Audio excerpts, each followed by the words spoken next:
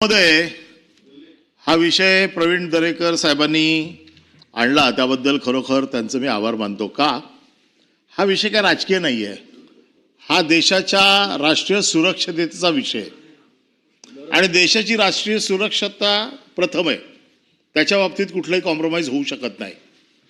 परंतु हे जे काय आता सांगतायत गृह राज्यमंत्री की केंद्र सरकारचा इनपुट त्याच्यावरती कारवाई, मग कशा प्रकारची कारवाई होते कशा प्रकारची कारवाई होत नाही। मुंबईमध्ये पोलिसांना आणि महानगरपालिकेला काय माहित नाही असं कधी झालंय? कुठली वस्ती अशी आहे की जिकडे बांगलादेशी नाही आहेत?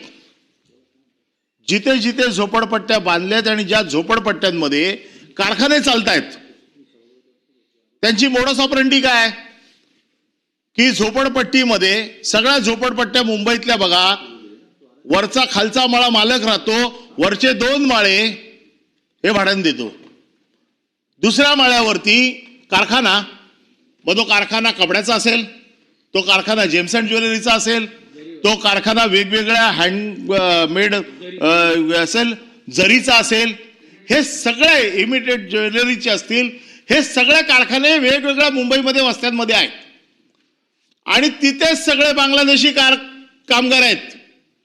हे काय पोलिसांना माहित नाही? हे काय महानगरपालिकेला माहित नाही? एक आय कार्ड तपासू, आधार कार्ड तपासू, हे तपासू, तिकडचे काय दलाल माहित नाहीत? हे काय उत्तर देत आहेत इकडे? हा काय आंतरराष्ट्रीय विषय आहे का की गोलमेज टेबलावरती नेऊन तो सोडवायचा आहे? अरे लोकल पोलिसाला सांगितलं तर 15 दिवसात साफ करून टाकतील, 15 दिवस पण नाही लागणार। आज सगळे धंदे जे आहेत, जसं तुम्ही सांगितलं बांधकाम व्यवसायामध्ये आज ते लोक आहेत, आज जेम्स अँड ज्वेलरीमध्ये ते लोक आहेत, आज फुलांचं मुंबईमध्ये डेकोरेशन चालते त्याच्यामध्ये ते लोक आहेत, मच्छी ते लोक विकतायत, आज फेरीवाले ते लोक आहेत। हे काय पोलिसांना माहित नाही? हे महानगरपालिकेला माहित नाही? आज राज्य कोणाचं पण असू देत, या यंत्रणा तर त्याच आहेत ना। आज मी आहे राज्यावरती, उद्या तुम्ही आहात, पण यंत्रणा तर त्याच आहेत ना। यात यंत्रणाला काय माहित नाही का हे कोण आहेत ते? आणि म्हणून आज तुमचेच लोक आरोप करतायत की भारतीय जनता पक्षाच्या कार्यकर्त्याला दम देत आहेत तुमचं सरकार, आणि दम तुम्ही खाताय आणि सभागृहात येऊन सांगताय की आम्ही दम खातोय म्हणून। हे फार गंभीर आहे। हे हा जो विषय राष्ट्रीय सुरक्षतेचा विषय, 2-5 बांगलादेशी इथे राहिले मोठा विषय नाही आहे, पण त्याच्यात 2-4 अतिरेकी आले बांगलादेशातनं आणि देशात जर घातपात घडवून गेले तर फार मोठा विषय आहे। नीट समजून घ्या विषयाचं गांभीर्य। हे राजकारण म्हणून या विषयाकडे बघू नका। हा विषय देशाचा राष्ट्रीय सुरक्षतेचा विषय, आपल्या आणि बांगलादेशचे संबंध जे काही ताणलेत त्या दृष्टिकोनातून या विषयाकडे बघितलं पाहिजे। आज किरीट सोमय्यांना तर तुम्ही आता काय काम ठेवलं नाही, अर्धे सगळे नेले तिकडे, ते आपले घेऊन फिरतायत सगळीकडे। अरे त्यांना माझ्या बरोबर पाठवा, मी असेच 2000 लोक शोधून देतो एका दिवसात, असेच देतो। बँड्रापासून अंधेरीपर्यंत तुम्ही माझ्या बरोबर चला, मी तुम्हाला 2 दिवसात 2000 लोक शोधून देतो। प्रवीण दरेकरला काय माहित नाही आपल्या भागात कुठे आहेत ते? मुंबई जे राहणाऱ्या लोकांना माहित नाही कुठे राहतात ते? हे सगळ्यांना माहिती आहे, पण ह्याला राजकीय विषय करू नका। आणि जर करायचाच असेल हा विषय तर माझी स्पेसिफिक मागणी आहे, आज डान्स बार मध्ये मुली कोण नाचते? तो बांगलादेशातल्या मुली नाचत नाही, पण आता मी कोणाला प्रश्न विचारू डान्स बारचा? ज्यांच्या डान्स बार वरती कारवाई करतात पोलीस, आता त्याच्यामध्ये बांगलादेशी मुलगी नव्हती सापडली, आता त्यांच्याचकडनं उत्तर घ्यायचं आम्ही। सभागृहाचं तुम्ही नीट पावित्र्य जपा। या सभागृहाचा उपयोग राष्ट्रीय सुरक्षतेसाठी झाला तर तो जास्त सोयीचा आहे, हा राजकीय विषय नाही।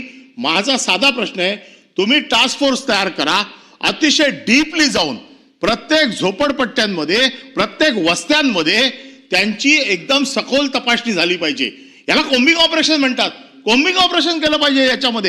याच्यामध्ये नुसते तुमचे आधार कार्ड आणि कागदपत्र तपासून होणार नाहीयेत। उद्या याच्यामध्ये किती क्रिमिनल्स आहेत, तुम्ही जरा आर्थर रोड पासून सेशन कोर्टात ज्या गाड्या येतात त्या गाड्यांच्या इकडे जरा उभे राहा, तुम्हाला आपोआप सापडतील किती बांगलादेशी आलेत ते सांगत पडलेत आम्ही बांगलादेशी आहे म्हणून, ते सगळे सांगतात आम्ही भारतीय आहोत म्हणून। राजकीय पक्षाचे पदाधिकारी झाले, आता किती लोक वेगवेगळ्या पदावर आलेले आहेत, सर्व पक्ष आता ते म्हणतात की जिंकले जास्तीत जास्त मतदार याच्यावरती।